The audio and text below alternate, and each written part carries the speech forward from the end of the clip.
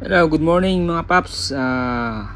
Automotive, auto electrical theory tayo. Wiring diagram. Basic electrical circuit ito. Mabilisan lang na siya na tutorial. Paano maglinya ng bulb with relay, and switch, and fuse. So pwede rin siya sa horn, set up relay, set up horn. Pwede rin siya sa horn. So basic diagram tutorial circuit na gagawin natin. Okay? So ito yung relay niya. Ang relay niya is 85. 85 is ground, 86 is ignition or battery, 30 is directly to battery, and 87 output na papunta sa valve or sa horn.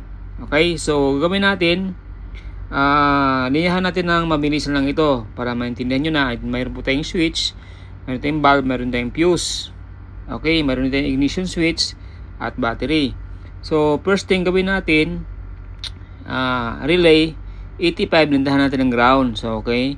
So, ground, ang gagawin natin dito ay papatakbuhin natin dito para malinis ang ating trabaho. Patakbuhin natin dito yung ground.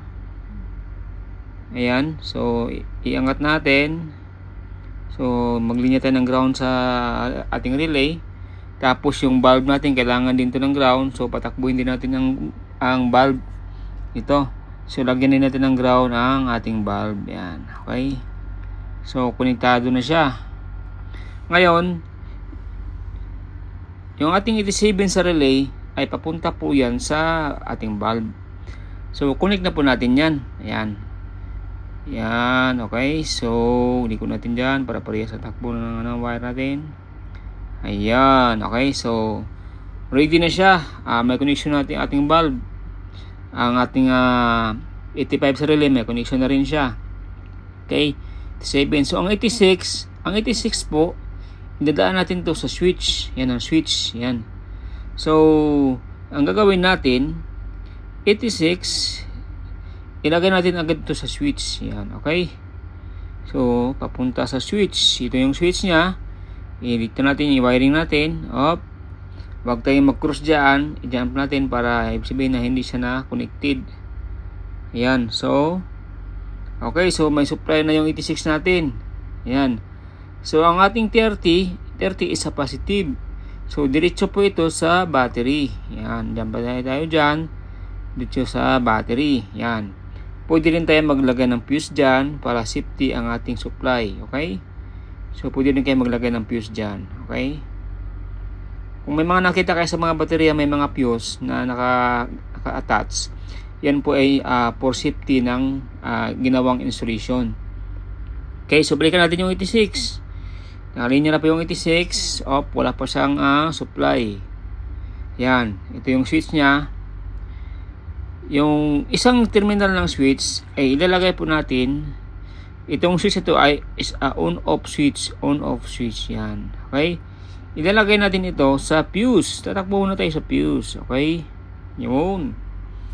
Ayan na. So, halos kompleto na para umilaw na siya. May linya na yung bulb. Yung relay natin, kompleto na ang connection. 97, nakadito na sa bulb. Yung ground ng bulb, nakadito na dito sa ating 85. Nakakonect na siya. Papunta sa battery. Ground. Yan. Tapos ating 30 natin, nakasupply na siya sa battery, ready na. Ating 86, nakakonect na po siya sa switch. Ang switch, may supply na rin siya sa fuse. So ang kulang para umilaw ang fuse.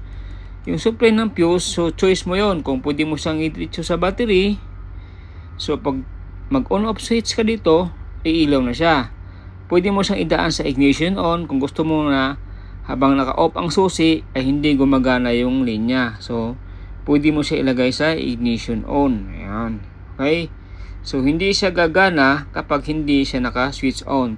So, siyempre, dinaan mo sa susi, supply natin tong ignition switch. Supply natin siya ng supply galing sa baterya. Okay? So, yan na. Okay? So, yun. Gumagana na. Ayan. Pag switch on mo, magkaroon na ng power dito, may fuse ka, papasok sa switch, buhayin mo yung switch, magti-trigger na po yung ating relay. Ang relay, mayroon po yung coil sa ilalim. Yan, magmamagnet. Positive saka negative. Pag pumasok po ang positive saka negative, magmamagnet siya, saka ito magkukunik itong 30 saka 87.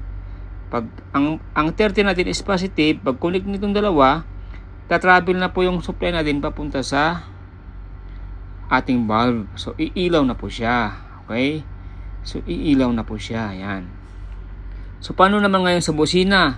So sa busina naman ay walang pinagkaiba. Ang gagawin mo lang, itong toggle switch ay hindi pwede sa busina. Palitan natin ito ng push button switch. Yung pinipindot, parang doorbell switch. Yan. So lagyan natin ito ng doorbell switch. Yan. Yung bilog, tapos pinipindot-pindot. Okay, so connect po natin dito. Ayun na, sample na po natin. Connect na po natin dyan. Alright. So, para umilaw, para magbubusina, so siyempre, lagyan natin ng busina. Ayan. Okay. So, lagyan natin ng busina. Okay. So, itong ilaw, ilipat lang po yan natin dito. Ayan. Okay. So, pindutin mo, magbubusina na siya. So, ganun lang kadali guys, ang ating linya. Ulit-ulitin po ang papanood ng ating video at maintindihan nyo po yan, sigurado. Salamat and God bless.